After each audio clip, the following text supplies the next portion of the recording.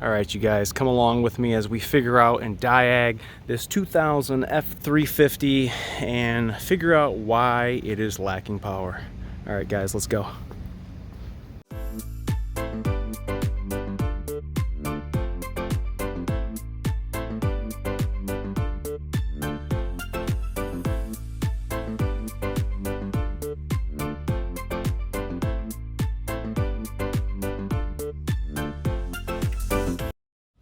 What is going on, guys, and welcome back to the channel once again. Today we are working on a relic to me, a 2000 F350, but she only has 127,000 miles on her.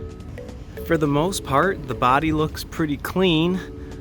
Frame, tires, everything looks pretty well taken care of. Bottom side of the oil pan doesn't look too bad. A little rusted, but nothing to he and haw about.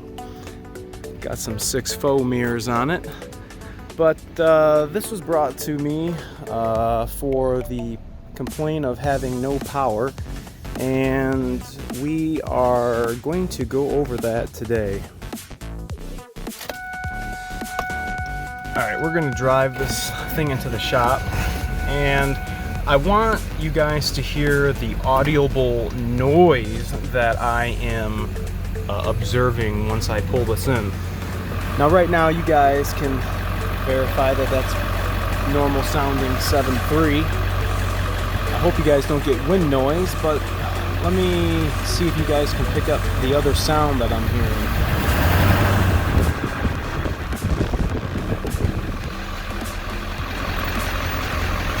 Of course, now it's not going to do it. Look at that. 2000 Super Duty. Check this out, 20 years later. Look at that change. Ooh, she a good looking truck. About to pull it in. I know it's a 7.3, but hear how knocky it sounds?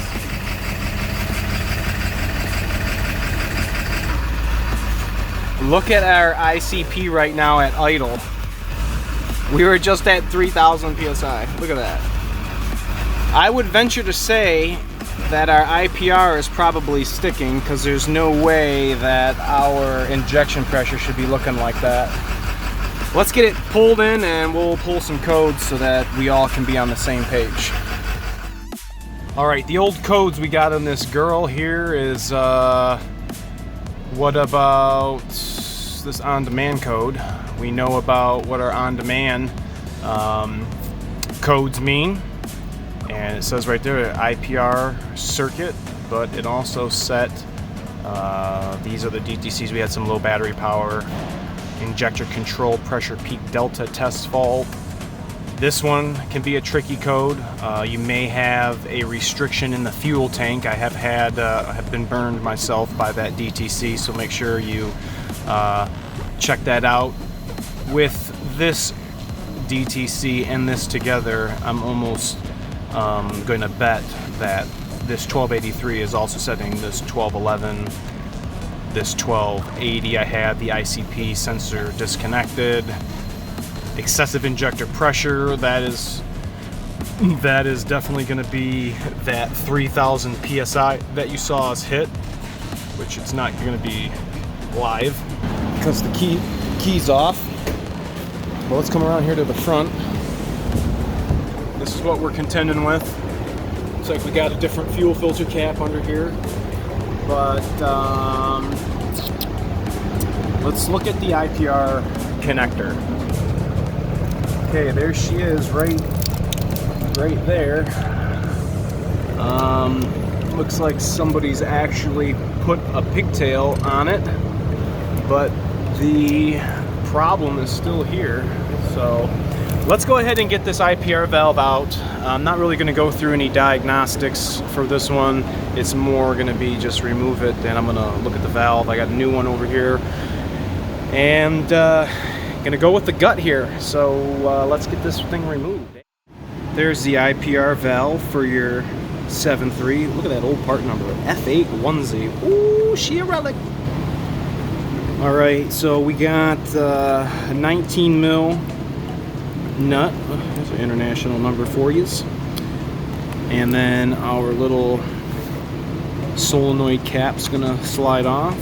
The actual solenoid electrical part. And this is the mechanical valve part. There's a little shuttle in here that's gonna slide up and down.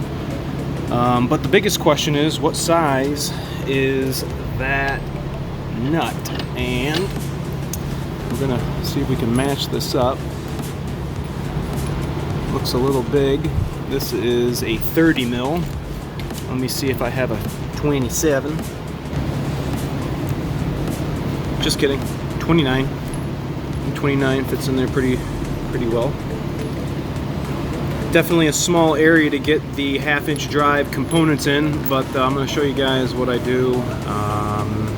And note that when you pull that valve out, oil is going to come gushing out that hole. So make sure to either collect the oil in the valley or clean it up after you're done, which is, I'm going to do both. So let's get back to the truck. Alright you guys, this is about as good as I can get. Trying to get the best shot for you. You guys can already see I've already went ahead and unlatched the IPR electrical connector that you can already see is not ran correctly. It's going underneath that fuel line. So we are going to definitely reorientate that if I can get it back up here, because now the little lock tab is got me caught. But here it is. You can see somebody's definitely put a new one on. Doesn't look very new, but somebody put one on at one point in time. Definitely got some evidence of critters or rodents in here. So I'm gonna go ahead and unclip this regulator here for the wastegate valve on the turbo. I'm trying to get this light here to sit correctly. And then I'm going to get an 8 milli. I'm going to take this thing, get it out of my way.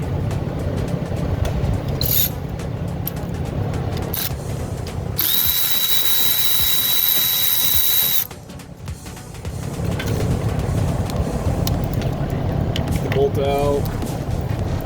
Get these little vacuum lines off. Actually, I'll leave it. I don't want to break any connectors here. But let's see, what else am I going to take off? What else am I going to take off? Yeah, I'll get this connector out of my way.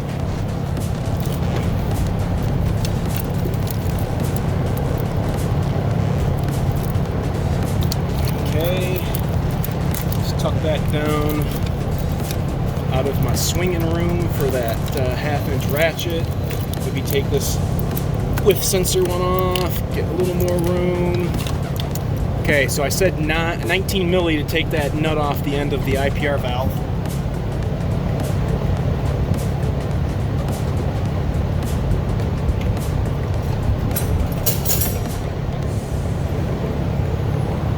Get you a little ratcheting wrench. That works best for me. Let me know what you guys use to take out your IPRs. This is the only way I've ever done it. Big ass socket.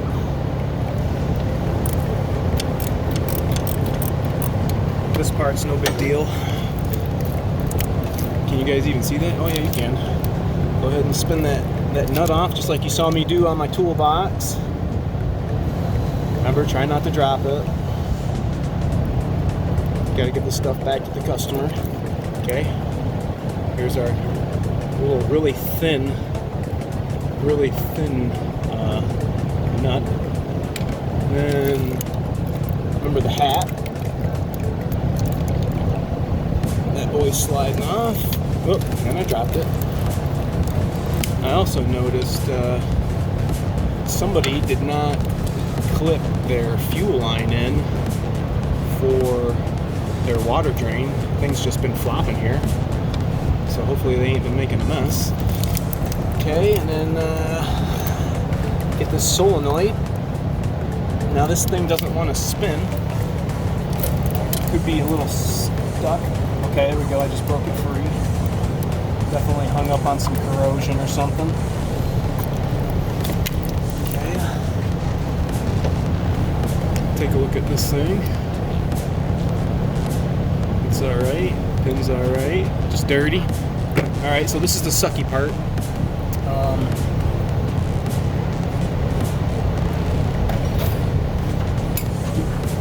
However you want to do it.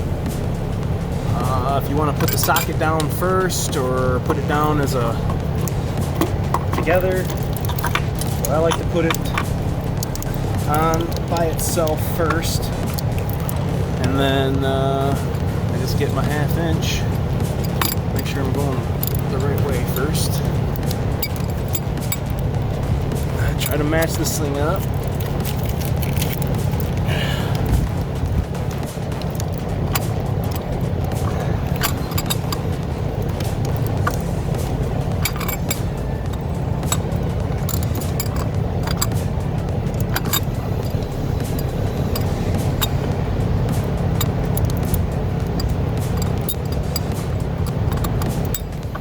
Okay, we're on.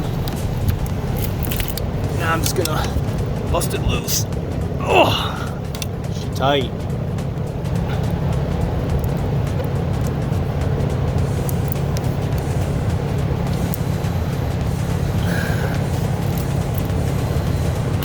Okay, busted it loose.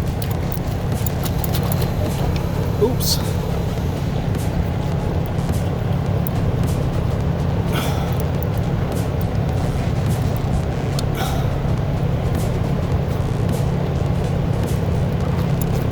I'm just gonna, I think what I'm gonna do is I'm gonna pull this back out, and I'm going to use the socket this time to peel it off. Ah, it's tight in there, man.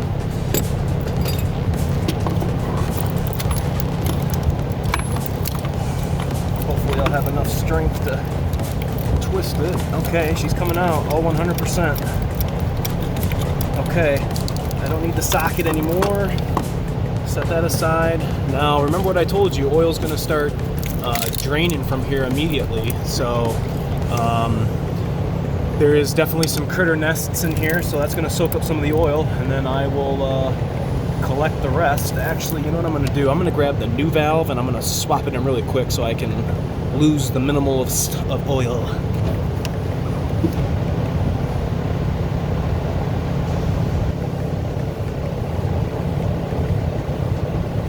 I'll just drop that one in the valley and then come down with this new one. Get this green connector out the way. Okay, old one's out, new one is going in right now. Lost very little oil.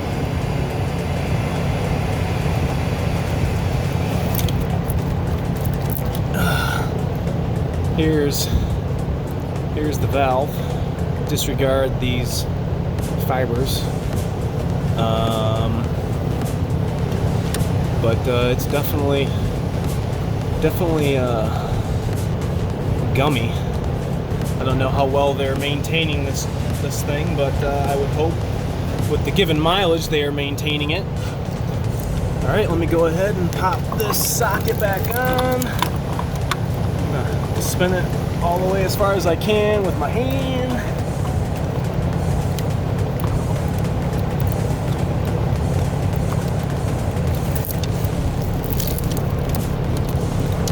Okay, that's as far as I can go. Nope, a little bit more. Okay, that's as far as I can go. So, we got, where are we sitting here? Go ahead and index my end of my ratchet.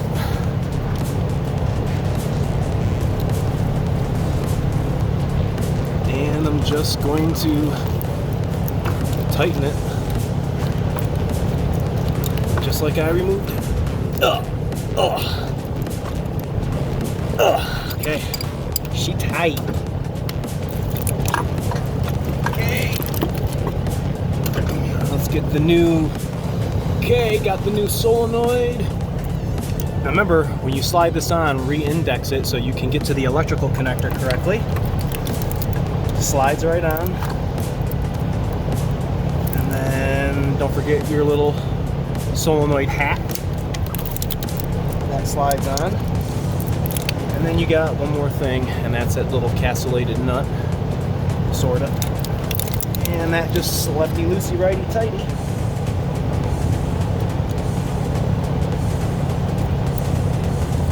Okay.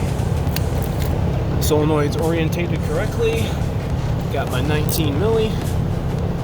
Gonna go ahead and snug her down. Just snug, it doesn't have to be tight, just snug.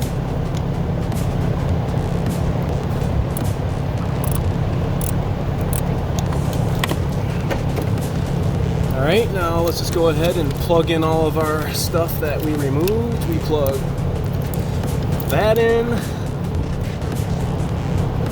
Let's get out of this light. Let's go ahead and plug our IPR in. Finally, the old IPR connector had a rubber gasket. These replacement ones have a yellow, just like our 6.0s and yada yada. Go ahead and put this on. Let's do this guy a favor and hook up his fuel drain. Don't want any of those critters to get a tasty fuel drink. Get my light out of here, and then actually we'll get this on. There's my 8 milli bolt.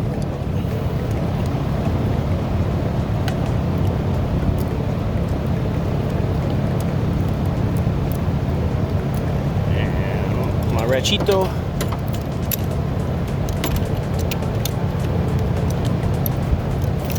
Tighten that sucker down.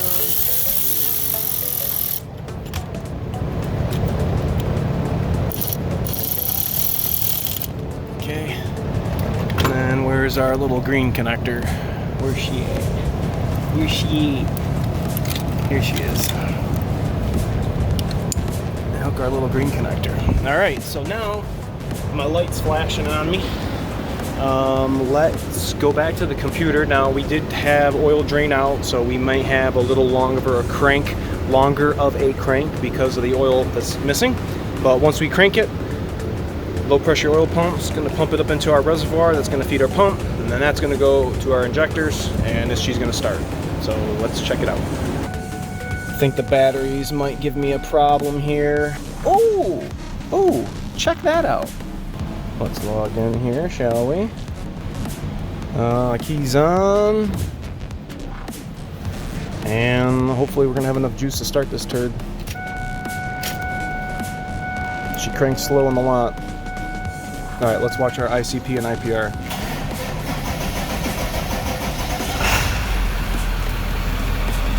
Okay.